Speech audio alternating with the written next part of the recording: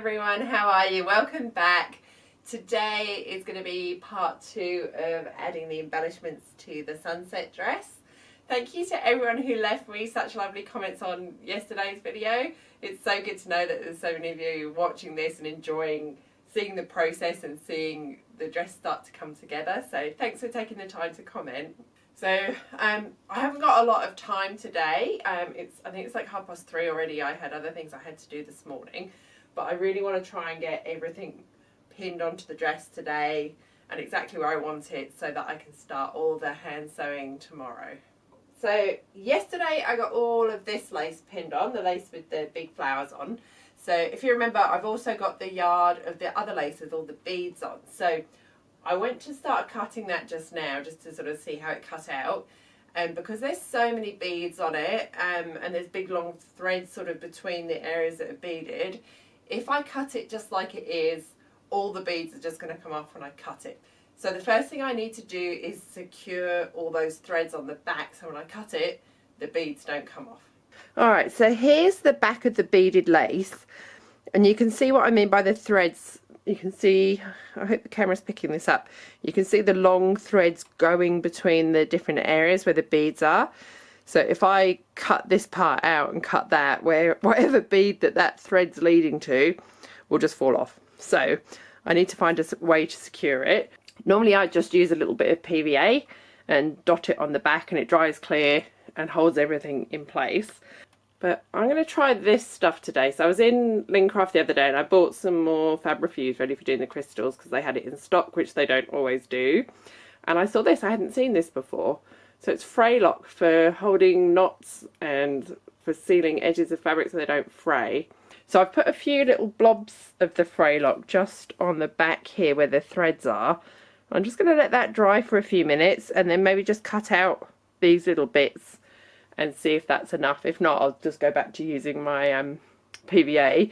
I hope this works because it's a lot easier to use because it comes with the lovely fine nozzle on it like the Fabrifuse does.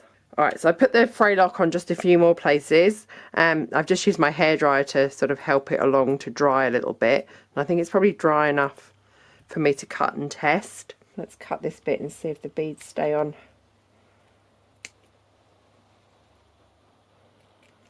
Alright, so I've cut the thread here that was holding beads on this leaf and then going between them.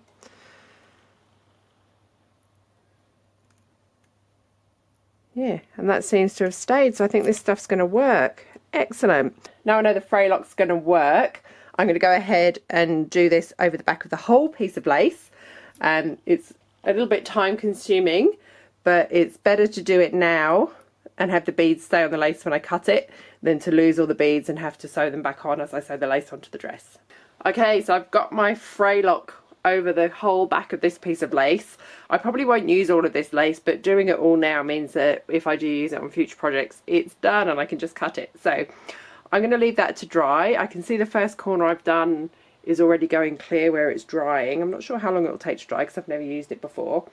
But I'm going to leave it on my desk, and while it is drying I'm going to go back and start rearranging the bits of lace on the dress from yesterday that I just want to move a little bit.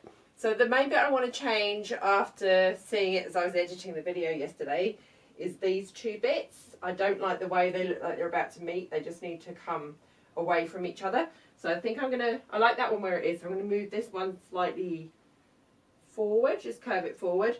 And I think it needs a second one because I'm kind of liking that asymmetry, but again it's got the balance that I was talking about yesterday.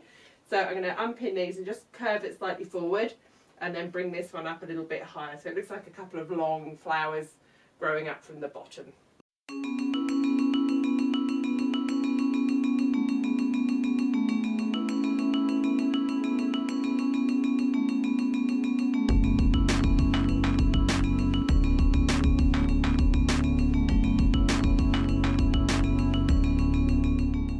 I'm much happier with that because we've got those three sort of bits growing up that side to balance the one growing down that side now.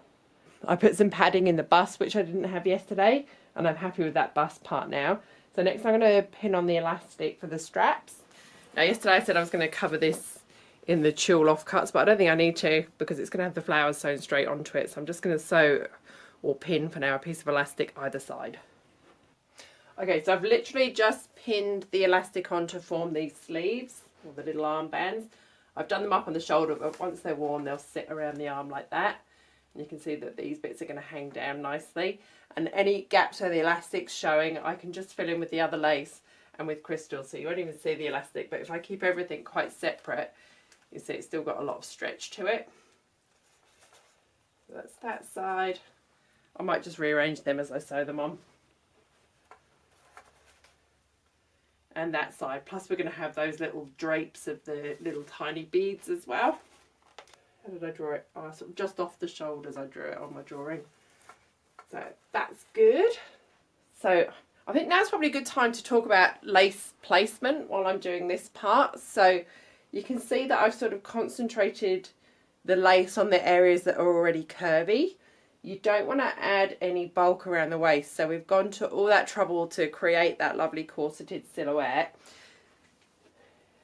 If you start adding your flowers sort of here, with these ones, because they're quite 3D, we don't want to add extra inches back on after we've gone to all that effort of creating that beautiful corseted waist.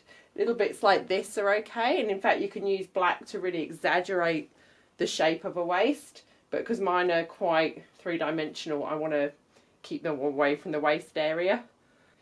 But then adding it to areas that are curvy, so adding extra bulk with the texture on the bust, just helps to exaggerate that hourglass shape even more. So I'm not too worried that these are really 3D coming onto the bust here. I think I'm happy with that. So the next job is to cut the other lace and pin that on once that glue's dried. Okay, so the glue's dried, so I've started cutting out some of the lace. I've only cut out a few pieces to begin with, and I'll see how far they go and see if I need to cut any more. So yeah, really, they're so pretty. So with these ones, I've cut a lot closer than I did on the big flowers. You see that I've cut away most of the mesh, and I've cut in between the leaves as well. And I did exactly the same as before, just use those sharp little scissors to cut around the edge of the pieces that I want. So let's start pinning them on. I'm going to kind of layer them through and between the other pieces. You see I've sort of put it under the petals there. And I might trim some of this mesh away at the top as I sew it all on.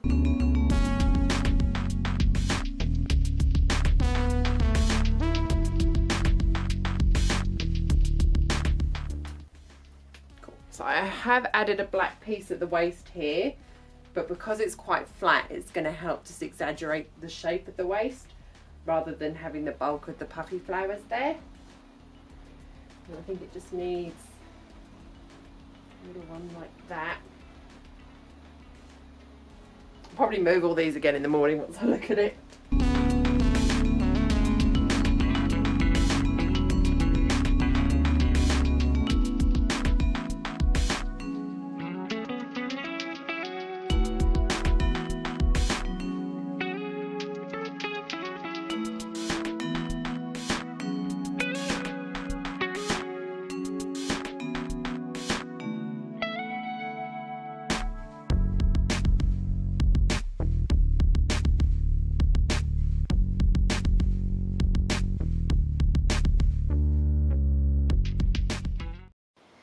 Okay, I think I'm done adding this second lace. I haven't added much at all actually, I've got loads left, but here's how it's looking. I really like the texture of the two laces together, and I think I'm going to do some sort of just some scattering of black crystals coming off as well, maybe in some little lines, and then I've got the silver crystals for the stars going through it as well. But yeah, I think I'm happy enough with that placement to start sewing them all on tomorrow. So that is it for today. Thank you for watching. And yeah, tomorrow starts the long few days of hand sewing all this lace into place and adding the crystals. And while I'm doing that, I'm also going to do my Q&A sessions. So I've had quite a few questions, so thank you to everyone who's left me questions. Probably have to split them over, yeah, maybe 2 or 3 videos, because yeah, otherwise it's going to end up really long. So I don't want to end up with just like an hour of me talking. So I'll do it over 2 or 3 videos. I think I'm happy. I'll probably move stuff again tomorrow. You know what I'm like. I'll look at the video as I'm editing it and see something that I want to move. But yeah, I'll leave it like that for tonight and then fiddle in the morning. But overall, I'm really pleased with how that's looking together. Cool. Thanks for watching. See you soon.